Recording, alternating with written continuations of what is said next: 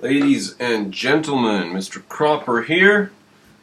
We are going to have a little bit more fun with Disenthrall in his video Let's Discuss Objectivism versus Volunteerism with Victor Pross. First to my video that I did responding to them, in which there are some comments that we need to talk about real quick. Disenthrall on my video says in a comment that it's nice to see another mind working in these areas. Unfortunately, and for the record, precisely 0 of your points addressed any positions of mine, which is hilarious. I played him speaking, and then I stopped the video and said my piece, which is so. Now maybe he thinks he can dismiss me because I've been name calling. But I think he needs to look at the 2016 presidential election. There is a group of people in the United States, really big group of people in the United States, that can hear a rational, logical point, and then they can hear an objective assessment or an accusation against the person who has made the mistake, and it doesn't cause dissonance in their brain. Now you can say that I was insulting you and name-calling, but perhaps I was making accusations. So if you look at it that way, then maybe you need to respond to me instead of saying, "He's saying names," and running away. Do you have any substantive response for what I've said against your points? The public is going to judge you based on your response to the logical points I made. Now, there may be some Hillary voting ninny cucks out there who hear me say a name and they run away. But the real thinkers are not going to be scared off by a little bit of vitriol. And is it name calling or is it an accusation? All right. Now, this guy named Phobos says, I believe some clarifications are in order. Number 1, and we'll just do as much as we need to, it's not going to take too long. ANCAPs believe precisely what you claim to believe, that the initiation of the use of force is immoral. Okay, well, if you believed the initiation of the use of force was immoral, then you would very quickly set up some sort of an institution to punish people who initiate force. So what are you, an idiot or something? You must be an anarchist. I remember now, ladies and gentlemen, why I didn't get into debates with anarchists before, because they're so frickin' stupid.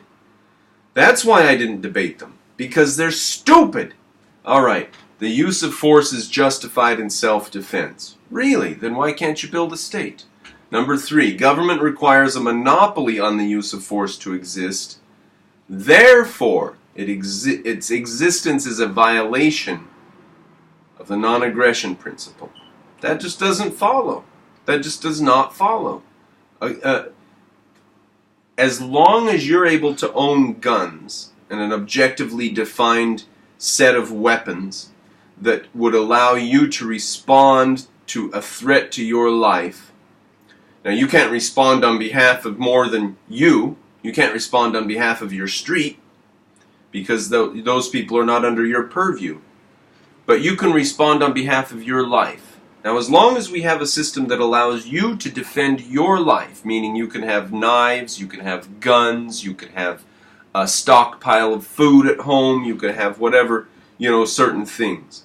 As long as we have that, then why can we also not agree and pay voluntary taxes if you want, and set up a group over there in an armored building that we can call if there's a bank robbery or a murder, so that I don't have to spend my time running around being a vigilante.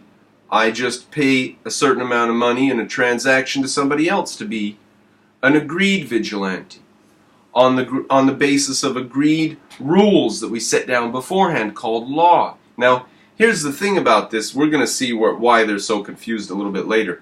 But the thing about this is, I'm now describing politics.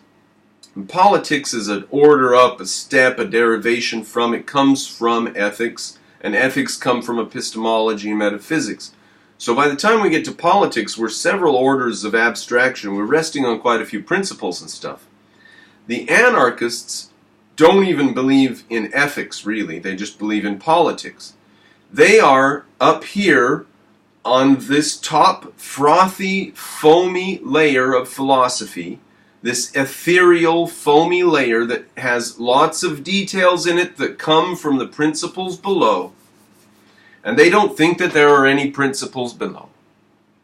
That is the problem with the anarchists. They take politics as a primary. And we're going to see that as we go into the video here in just a minute. Okay, Yaron Brook, number 4. Yaron Brook is indeed the objectivist making the claim about guns. I don't believe that Yaron Brook has said that all guns should be confiscated by the government. If he said that, that's the first thing that I know that he has said that is really actually stupid. But I've not heard him say that. And I've heard him talk a lot, and I've not heard him say that. And I suspect he probably agrees with Ayn Rand that ownership of guns is incidental. I don't agree with that, but I suspect he probably agrees with that. I don't think guns themselves are a magical thing. I believe that objectively we would define it as the principle of you should be able to defend your life. And then we would go out and look at the real things in the world around us when we made that law, and we would say, here are the things that people can use to defend their life, and they have the right to use them. Nuclear weapons would not be among them. You cannot use nuclear weapons as an individual. You can't even use a helicopter gunship as an individual. If you really have a situation where you need a helicopter gunship, then you need to call the police. If you have a situation where you just need a knife in your hand or you need a pistol in your hand and somebody's attacking you, you should call the police as soon as you can or after the fact, as soon as possible. Legally, you're obligated to call the police as soon as possible. That would be an objective way to look at it. All right. It's so, I don't know about doing this stuff with anarchists. It's so tedious. Magical paper neither protects nor grants rights. I don't know what you mean by magical paper. I suspect you mean the Constitution. So, law as such, just having a law is a sophisticated behavior. And it requires thinkers. And it requires men to think on principle. Okay?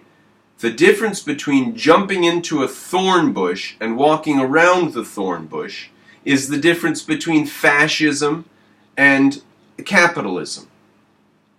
So when you equate law under fascism and law under capitalism, you're very confused. You're saying that walking into a thorn bush and walking around a thorn bush are the same thing. So this thing you call magical paper is more useful than you apparently realize. Okay. Number 6, a right that cannot be given to an individual cannot be given to a group of individuals calling themselves government. Are you just eternally confused or something? We don't even know what you mean when you say these things. What do you even mean by that? Individuals have rights. The government protects rights. Only individuals have rights.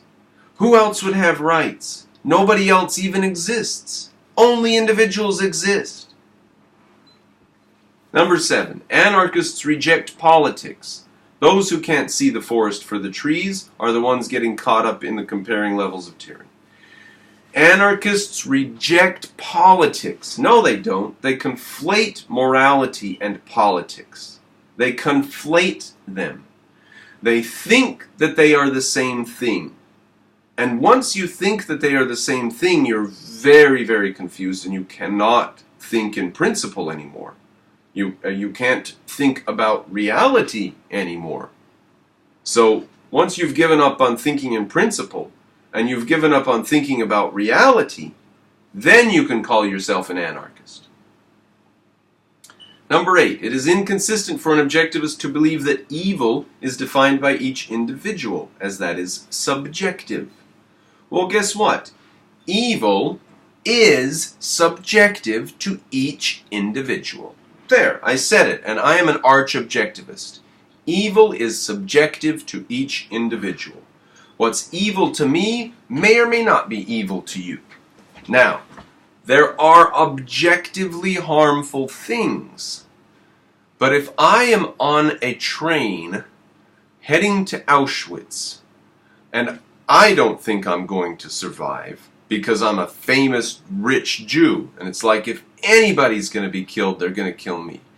And they'll probably torture me terribly.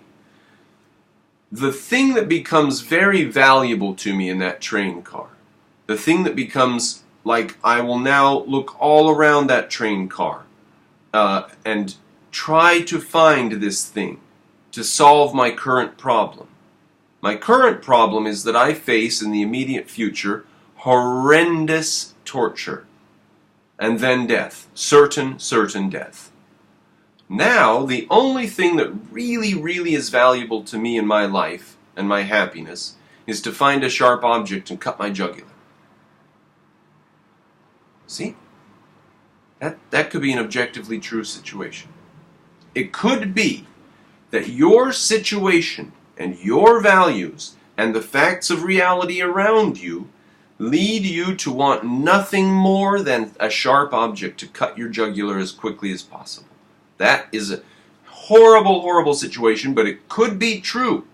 And in that situation, an objectivist would not be confused. An anarchist apparently would be confused, and they would say, sharp objects are bad. Cutting yourself is bad. But suicide, in the face of terrible certain torture and death, is probably a better option, and a brave person would probably be wise to do it. So, what's evil depends on you and your life and your values. Now, it's objectively a fact that radiation is bad, right? It's unhealthy. No, that is not objectively a fact. You can take little teeny pieces of radioactive material and insert it into the scrotum of men who have testicular cancer, and it will destroy the cancer cells that are next to that radioactive material and prolong this man's life. Radiation is not dangerous or deadly. It will save your life under certain circumstances. What if you go get an X-ray? Without the X-ray, perhaps they wouldn't have known about whatever it was. But now they've found out. And you say, oh, but radiation's objectively bad. What do you mean by objectively bad? You have to define it according to your values in your life, in your circumstances. What we mean when we say objective is you have to look at the real reality, and you have to think very carefully about what your real values are. We don't mean that there's something way out there separate from humans which is really good and objectively right or objectively moral. What's good and right and moral depends on you and your life. And now here's possibly one of the problems I alluded to at the end of my previous video addressing these guys, is that possibly they just don't have the intelligence to grasp this. Maybe this is just too many abstractions and it's just too far removed from their ability to comprehend. I don't know. Number 9. Objectivists do indeed seem to be very consistent right up until their acceptance of government, which is a surprising deviation. I reckon I've gone over that thoroughly enough. Number 10. It is not a gang unless the Soviet Union and Nazi Germany are identical to the United States. He says that's a straw man and an ad hominem. Actually pathetic, he says. Well, that's a great comeback if ever there was one, huh? Then Victor Pross, I give him credit. Oh, I hope it hasn't stopped the video. It did. Oh dear. No, it hasn't stopped the video. Okay, good. We're good. Victor Pross, I give him credit on the next comment down. He points out number 8. It is inconsistent for an objectivist to believe evil is defined by each individual. as that is subjective. Wrong, do not agree. So he's correct on that, Victor Pross. Well done there.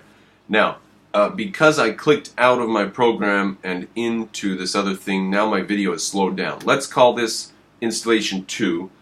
Next, I'm going to go from the comments about this subject back to their video for installation number 3 on this topic, and we're going to be going through some more of the video, so please join me for that.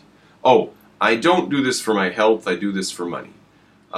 They demonetized my channel. I used to occasionally get a check from Google, so if you want my content, go to Patreon and patronize me, or go to GoFundMe. I have links on some of my videos for GoFundMe. But get me some money somehow if you like my content, because I can't keep doing this forever for free. I will try to build this channel up. I don't know if attacking anarchists is the right way. What a bunch of idiots. Jesus.